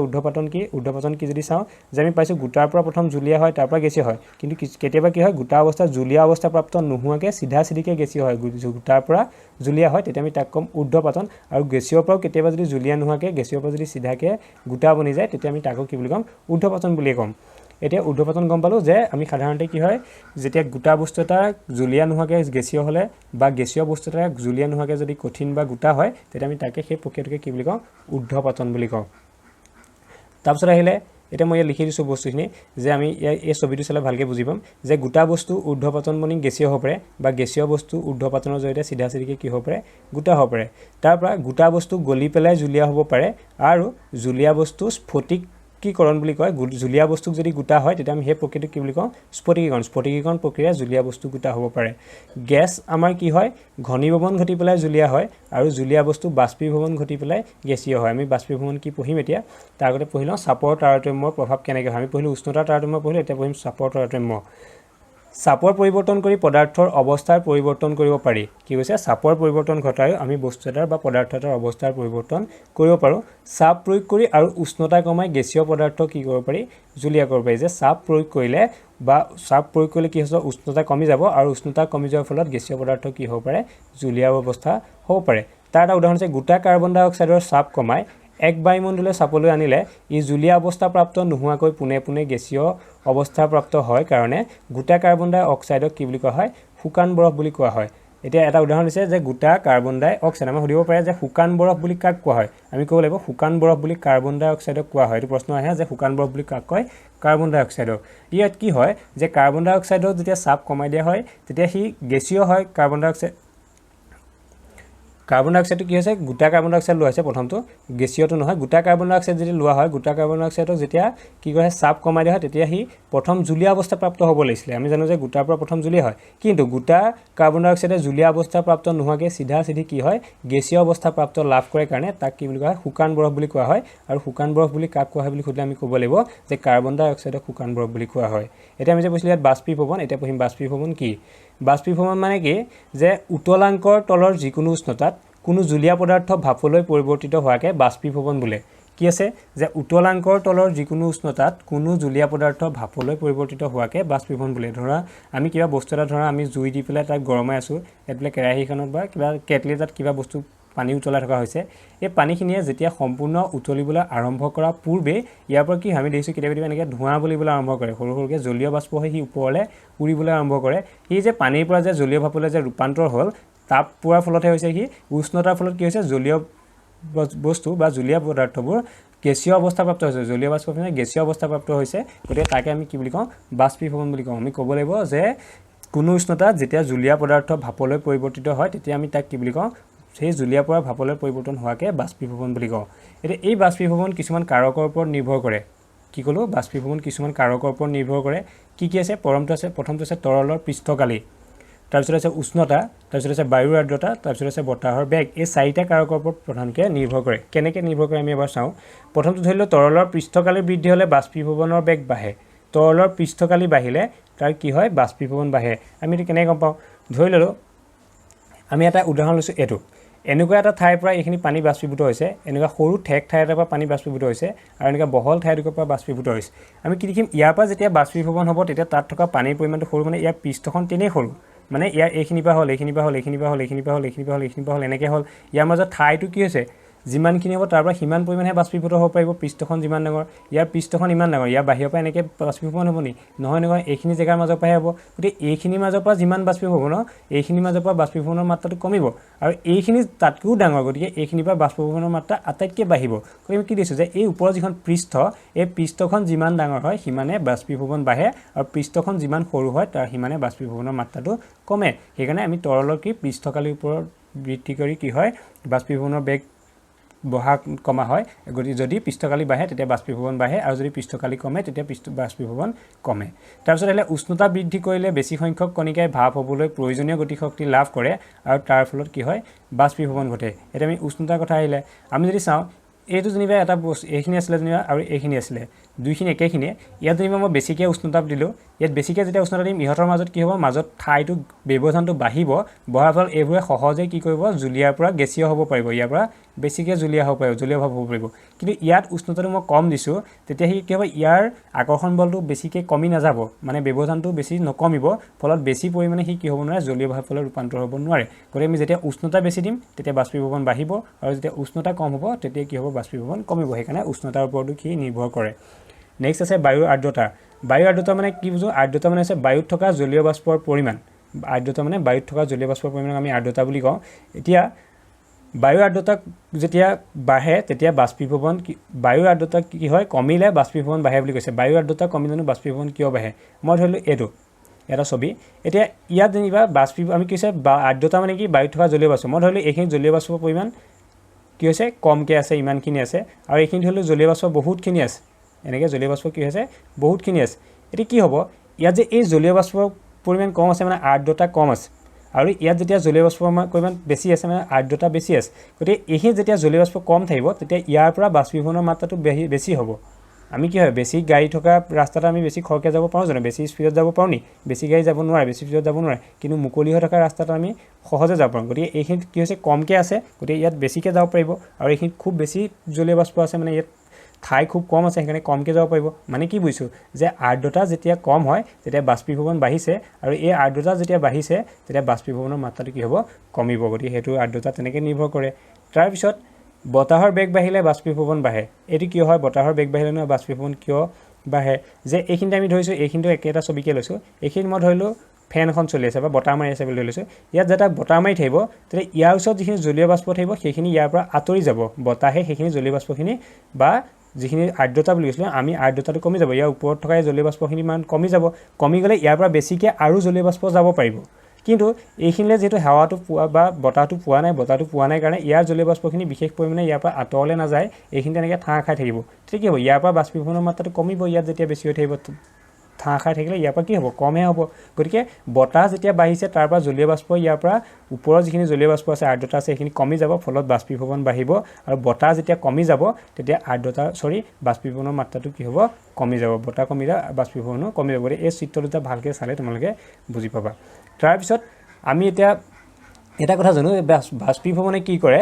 বস্তু ঠাণ্ডা কৰে এতিয়া বাষ্পীভৱন কেনেকৈ আমি ঠাণ্ডা কৰে চাম এতিয়া বাষ্পীভৱনৰ ফলত কমি যোৱা শক্তি পূৰাবলৈ জুলীয়া পদাৰ্থৰ কণিকাবোৰে তাৰ চাৰিওকাষৰ পৰা শক্তি আহৰণ কৰে আৰু এইদৰে শক্তি আহৰণ বা শোষণৰ ফলত বাষ্পীভূত হোৱা ঠাইৰ ওচৰ পাজৰ ঠাণ্ডা হৈ পৰে কি কৈছে বাষ্পীভৱনৰ ফলত কমি যোৱা শক্তি পূৰাবলৈ বাষ্পীভৱনৰ ফলত কি হয় বস্তু এটাৰ জুলীয়া পদাৰ্থ এটাৰ শক্তি পৰিমাণটো কমি যায় কিয় হয় বাষ্পীভৱন যেতিয়া হ'ব যিমানে তাৰ পৰা আমি যেতিয়া ঘামো আমাৰ কি হয় শক্তি কমি যায় তেনেকৈ যদি ভাবোঁ বাষ্পীভৱনৰ ক্ষেত্ৰত জলীয় বাষ্পৰ পৰাও যেতিয়া জলীয় পদাৰ্থৰ পৰাও যেতিয়া জলীয় ভাৱবোৰ ওলাই যায় তেতিয়া তাৰ শক্তি পৰিমাণটো কি হৈ যায় কমি যায় আৰু সেই যিখিনি কমি যোৱা শক্তি সেইবোৰ গোটাবৰ কাৰণে সেই যিবোৰ জলীয় পদাৰ্থৰ কণিকাবোৰে কি কৰে তাৰ কাষৰীয়া অঞ্চলৰ পৰা মানে ধৰ এইখিনিতে আমাৰ কি হৈছে বাষ্পীভৱন হৈছে তাৰ কাষৰীয়া অঞ্চলৰ পৰা সি কি কৰিব লাগিব তাপ শক্তি শোষণ কৰিবলৈ ধৰে আৰু এই অংশৰ পৰা যেতিয়া তাপ শক্তি শোষণ কৰিবলৈ ধৰে ইয়াৰ পৰা তাপখিনি ইয়ালৈ গুচি গ'ল মানে এই জেগাখন কি হৈ গ'ল ঠাণ্ডা হৈ পৰিলে আমি তেনেকৈ কি হয় বাষ্পীভৱনৰ ফলত ঠাইডোখৰ ঠাণ্ডা হ'ব পাৰে তেনেকৈ আমি হাতত যদি আমি কিছুমান এচিটন বা এনেকুৱা যদি হাতত যদি বস্তু লৈ পেলাই চাওঁ নেল পলিচ ৰিমুভাৰ বা এনেকুৱা তেতিয়া আমি তাতো তেনেকুৱাই দেখিম যে আমি নেল পলিচ ৰিমুভাৰখন যদি হাতত তেনেকৈ লোৱাৰ পিছত অকণমান দি থৈ দিলে তাৰ পৰা সেইখন কি হৈ যাব আমাৰ হাতখন চাচা লাগিব মানে কি হ'ল সেই যিখিনি এচিটন বা নেল পলিচ ৰিমুভাৰ আছিলে সেইখিনি কি হয় বাষ্পীভৱন হৈ ওপৰলৈ গুচি যায় আৰু সি কাষৰীয়া অঞ্চলৰ পৰা যেতিয়া কি লয় তাপ শক্তি শোষণ কৰে তেতিয়া আমাৰ হাতখন কি হয় লাহে লাহে চেঁচা হ'বলৈ লাগে হাতৰ পৰা যেতিয়া সি তাপ শক্তি শোষণ কৰে সেই জেগাখনৰ পৰা আমাৰ হাতখন চেঁচা লাগে তাৰ পৰা গৰমকালে আমি কপাহী কাপোৰ কিয় বা পিন্ধা উচিত কিয় এতিয়া আমি গৰমকালি কিয় কপাহী কাপোৰ পিন্ধা উচিত আমি চাম যে গৰমকালি আমাৰ দেহৰ পৰা অধিক পৰিমাণে ঘাম ওলায় দেহৰ পৰা ওলোৱা এই ঘামৰ কণিকাবোৰে দেহ পৃষ্ঠৰ পৰা বাষ্পীভৱনৰ লিনতাপৰ সমান তাপ শক্তি শোষণ কৰি বাষ্পীভূত হয় যাৰ ফলত আমাৰ দেহটো শীতল পৰি যায় কি কৈছে আমাৰ গৰম দিনত আমি বেছিকৈ ঘামো আৰু এই ঘামখিনি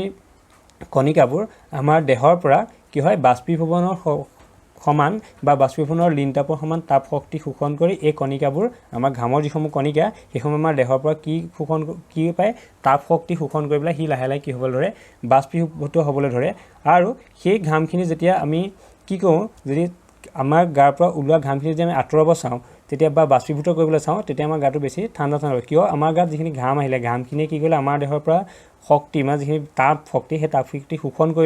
শোষণ কৰি পেলাই সি কি হ'ল বাষ্পীভূত হ'ল আৰু আমাৰ দেহত তেতিয়া কি হ'ল সেই তাপ শক্তিৰ পৰিমাণ কমি যায় ফলত আমি দেহটো শীতল পাওঁ এতিয়া কপাহী কাপোৰেনো কি কৰে যে কপাহী কাপোৰে আমাৰ দেহৰ পৰা ওলোৱা ঘাম ভালদৰে শোষণ কৰি বায়ুমণ্ডললৈ বাষ্পীভূত হোৱাত সহায় কৰে সেইবাবে আমি গৰমকালি কি কৰিব লাগে কপাহী কাপোৰ পিন্ধিব লাগে মানে কি হয় কপাহী কাপোৰে আমাৰ দেহৰ পৰা ওলোৱা ঘামখিনি বেছি পৰিমাণে কি কৰিব পাৰে শোষণ কৰিব পাৰে আৰু যেতিয়া বেছিকৈ শোষণ কৰিব মানে আমাৰ গাৰ পৰা তাপ শক্তি সিমানে কমিব ঘামখিনিয়ে কি কৰিছে তাপ শক্তি শোষণ কৰিছে আৰু সেই শোষণ কৰিব কেতিয়া তাপ শক্তি যেতিয়া ঘামখিনি ওপৰলৈ বাষ্পীভূত হ'ব লাগিব মানে ভালকৈ এবাৰ বুজা যে আমাৰ কপাহী কাপোৰে আমাৰ গাৰ পৰা ঘামখিনি শোষণ কৰাৰ পিছত সেইখিনি কি হ'ব বাষ্পীভূত হ'ব লাগিব বাষ্পীভূত কেতিয়া হ'ব যেতিয়া সি তাপ পাব লাগিব সেই তাপখিনি ক'ৰ পৰা পায় আমাৰ শৰীৰৰ পৰা সেই তাপ শক্তি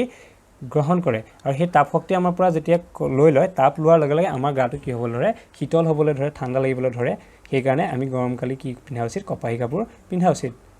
ঠিক আছে এইখিনি হৈছে আমাৰ এই লেছনটোৰ যিখিনি বিষয়বস্তু এইসমূহ ইয়াৰ উপৰি আমি এই তালিকাখন এবাৰ তোমালোকে চাবা এইখিনি আমি জানিব লাগে যে কোনো পৰিমাণক আমি একক কি এককে ব্যৱহাৰ কৰোঁ তাত কি চিন ব্যৱহাৰ কৰোঁ যাৰ উষ্ণতা আমি পঢ়িছিলোঁ উষ্ণতাৰ একক কেলভিন তাক কে আখৰে বুজায় দৈৰ্ঘ্য একক মিটাৰ তাক এমেৰে বুজায় ভৰ একক কিলোগ্ৰাম তাক কেজিৰে বুজায় ওজনৰ একক কি নিউটন তাক এনেৰে বুজায় আয়তনৰ একক কিউবিক মিটাৰ তাক মিটাৰ কিউবে বুজায় ঘনত্বৰ একক কিলোগ্ৰাম পাৰ মিটাৰ কিউব তাক কিহে বুজায় কিলোগ্ৰাম পাৰ মিটাৰ কিউব এনেকৈ লিখা হয় চাপৰ একক পাস্কেল তাক পিএৰে বুজোৱা হয় এনেকৈ আমি এইখিনিও জনা উচিত গতিকে এই যিটো পাঠ আছিলে পাঠটোৰ বিষয়বস্তুসমূহ ইমানেই ইয়াৰ পৰৱৰ্তী আমি ভিডিঅ'ত পাঠটিৰ যিসমূহ প্ৰশ্নোত্তৰসমূহ আমি কি কৰিবলৈ চাম আলোচনা কৰিবলৈ চাম গতিকে ভিডিঅ'টো ইমানতে ৰাখিছোঁ ধন্যবাদ